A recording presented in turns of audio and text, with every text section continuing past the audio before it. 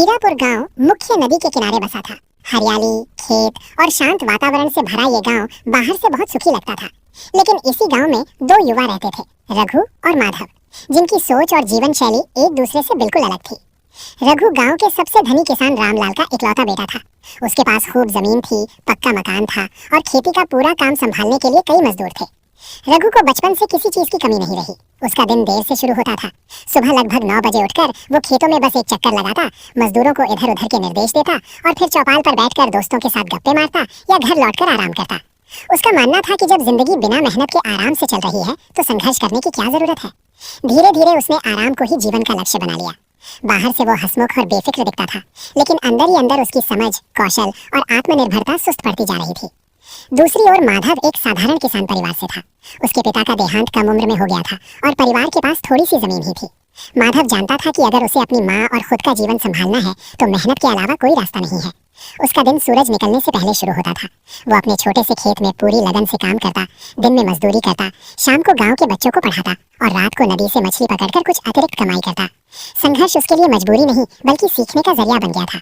वो समझ गया था कि केवल शारीरिक मेहनत काफी नहीं है, इसलिए खाली समय में पुरानी किताबें पढ़कर ज्ञान बढ़ाता रहता था। उसका सपना था कि किसी दिन गांव के लिए एक नहर बनवाएगा ताकि हर किसान को पानी मिल सके। कुछ सालों तक दोनों की जिंदगी अपने अपने रास्ते पर चलती रही। रघु अपने आराम में डूबा रहा और माधव अपने संघर्ष में आगे बढ़ता रहा। तभी अचानक गांव में भीषण सूखा पड़ गया।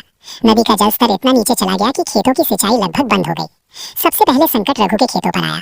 उसने कभी खेती की बारीकियों को खुद नहीं समझा था और पूरी तरह मजदूरों पर निर्भर रहा था। पानी की कमी होते ही मजदूर गांव छोड़कर चले गए। रघु के पास ना कोई अनुभव था, ना कोई योजना। उसने आराम के दिनों में कभी भविष्य की चिंता नहीं की थी, ना ही बचत की थी। अब उसका पक्का मकान और जमीनें उसे पानी नहीं दे पा रही थी। धीरे धीरे उसकी जमा पूंजी खत्म होने लगी और उसे लोगों से उधार लेना पड़ा। जिस आराम को वो जीवन समझता था वही उसे अंदर से खोखला कर चुका था। माधव के खेत भी सूखे, लेकिन उसका संघर्ष अब काम आने लगा।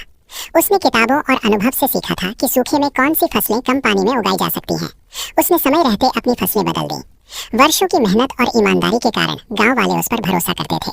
माधव ने कुछ मेहनती युवाओं को साथ लिया और अपने ज्ञान का उपयोग करके एक छोटी जल संचयन व्यवस्था तैयार की। इससे पीने के लिए और सीमित सिंचाई के लिए थोड़ा बहुत पानी मिलने लगा। माधव ने न केवल अपने खेत बचाए बल्कि पूरे गांव को एक रास्ता दिखाया। सूखा समाप्त होने के बाद हीरापुर की तस्वीर बदल चुकी थी। रघु को अपनी गलती का एहसास हुआ।